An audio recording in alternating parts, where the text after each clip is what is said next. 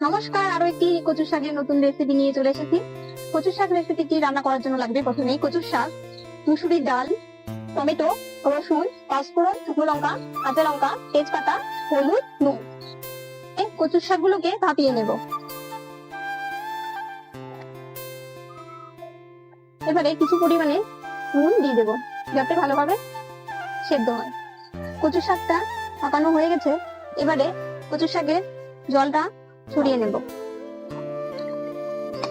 এবারে এক এক করে উপকরণগুলো দিয়ে দেবো। প্রথমে তেল দিয়ে দেবো।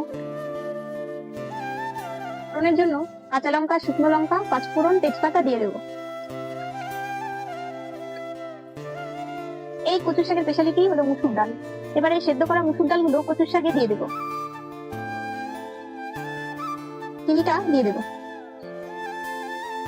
এভাবে বাড়িতে কচু শাক ট্রাই করে দেখতে পারেন, ভীষণ সুস্বাদু।